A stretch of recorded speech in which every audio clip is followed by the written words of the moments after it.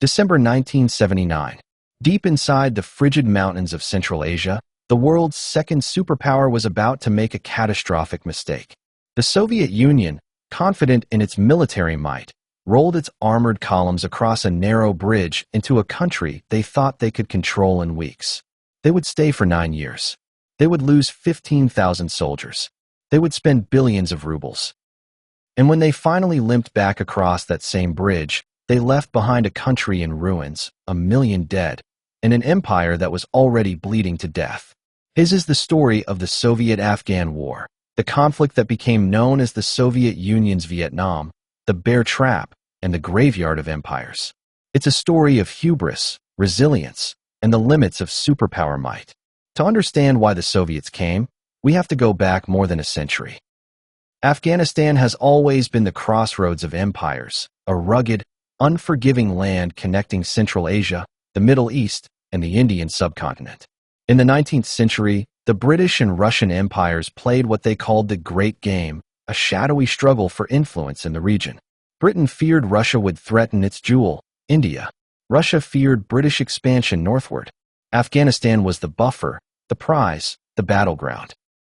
By the 20th century, Afghanistan was a monarchy, trying to stay neutral in the Cold War. But neutrality was difficult. The United States aligned with Pakistan, Afghanistan's rival. So Afghanistan turned north, accepting billions in Soviet economic and military aid. For decades, the relationship was pragmatic. The Soviets built roads, schools, and hospitals. Afghanistan remained non-aligned. But beneath the surface, tensions were building. In 1973, the king was overthrown by his cousin, Mohammad Daoud Khan. Daoud was a Republican, but he was also an autocrat, and he increasingly annoyed his Soviet patrons by refusing to be a puppet.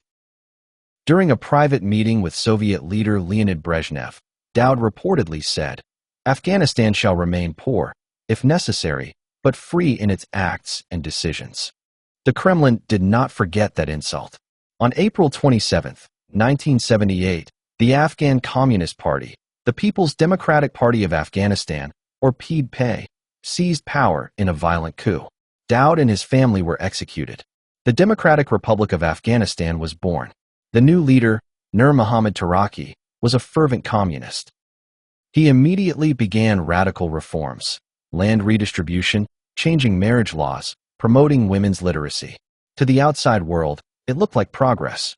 But to conservative, deeply religious Afghanistan, these reforms were an assault on Islam and tradition. The countryside began to rise up. By mid-1979, large parts of Afghanistan were in open rebellion.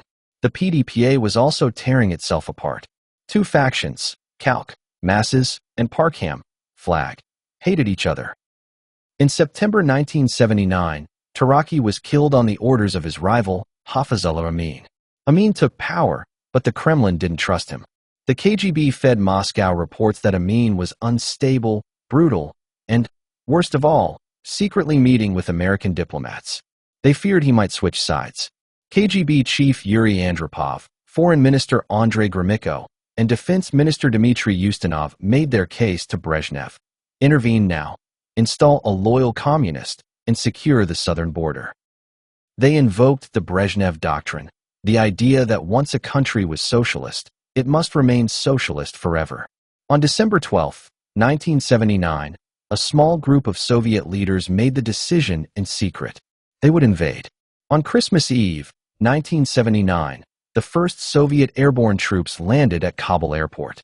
Officially, they were there to help. In reality, they were there to kill. On December 27th, Soviet special forces stormed the Tajbeg Palace, where Hafizullah Amin was hiding. Codenamed Operation Storm 333, the assault was swift and brutal. Amin and his 2 sons were killed. That night, Kabul radio announced that Amin had been tried by a revolutionary tribunal and executed. A new leader, Bubruk Karmal, was installed. He immediately requested Soviet military assistance. Within days, the Soviet 40th Army poured across the border. Eventually, the force would swell to over 100,000 troops. They came expecting to restore order quickly. They had no idea what awaited them. The enemy the Soviets faced was unlike any they had trained for. They called themselves the Mujahideen, holy warriors. They knew every cave, every pass, every village. And they were fighting for their homes, their faith, and their way of life. From the beginning, the Mujahideen had outside help. Pakistan's intelligence service, the ISI, funneled weapons and recruits across the border. The United States, still smarting from the humiliation of Vietnam and eager to bleed the Soviets, joined in. President Jimmy Carter signed the first directives for covert aid just weeks after the invasion. His national security advisor, Zbigniew Brzezinski, reportedly told the Mujahideen, "We know of your struggle. We will help you." The aid would grow into billions of dollars. Saudi Arabia matched U.S. funding dollar for dollar. China sent weapons. Egypt sent old Soviet-era arms captured from Israel. The Mujahideen became the recipients of the largest covert operation in CIA history. The Soviets had the technology, helicopter gunships, advanced jets, electronic surveillance.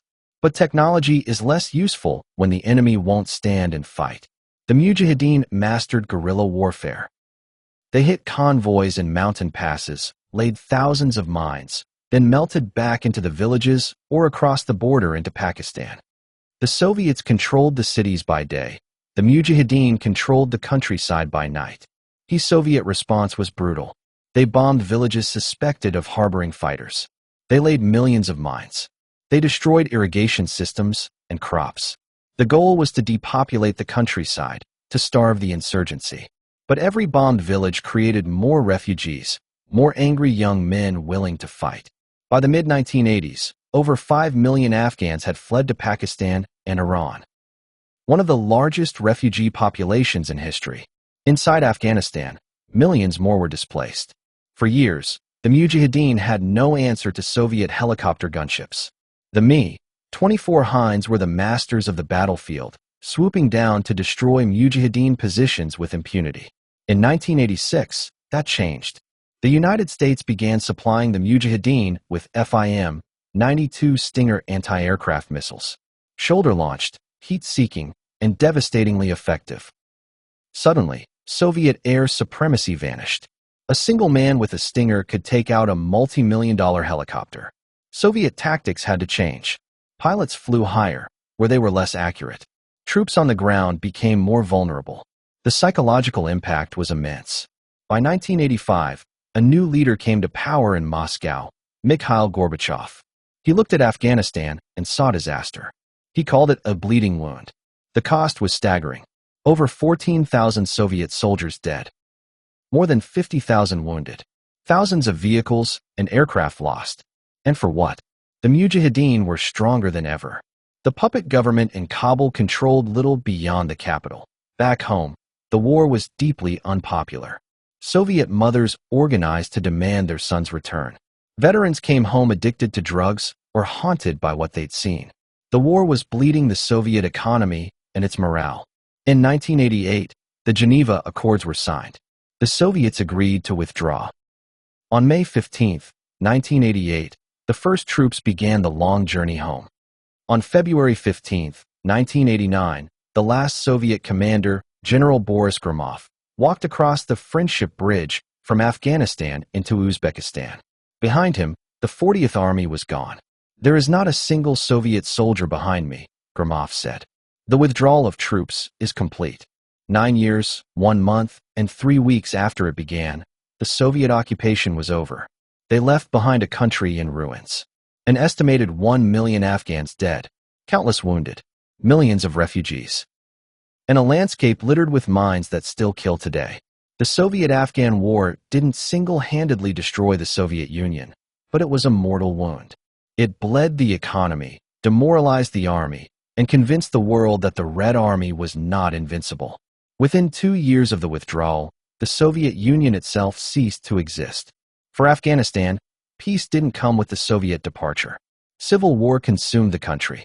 The Mujahideen turned their weapons on each other. From that chaos emerged the Taliban, and from the Taliban emerged Al-Qaeda. The seeds of September 11th were planted in the rubble of the Soviet war. The Americans would come in 2001, repeating many of the same mistakes. They would stay longer, 20 years, and leave with a similar outcome, an empire exhausted, an insurgency undefeated, a country still struggling. Afghanistan has many names: the graveyard of empires, the crossroads of Asia, the bear trap. But for the millions who lived through its wars, Soviet, civil, American, it is simply home. A home that has known nothing but conflict for generations. The Soviet-Afghan War was the Cold War's bloodiest secret, and its echoes are still with us today. Thanks for watching. If you want more deep dives into the conflicts that shaped our world, hit subscribe and ring the bell. We'll see you next time.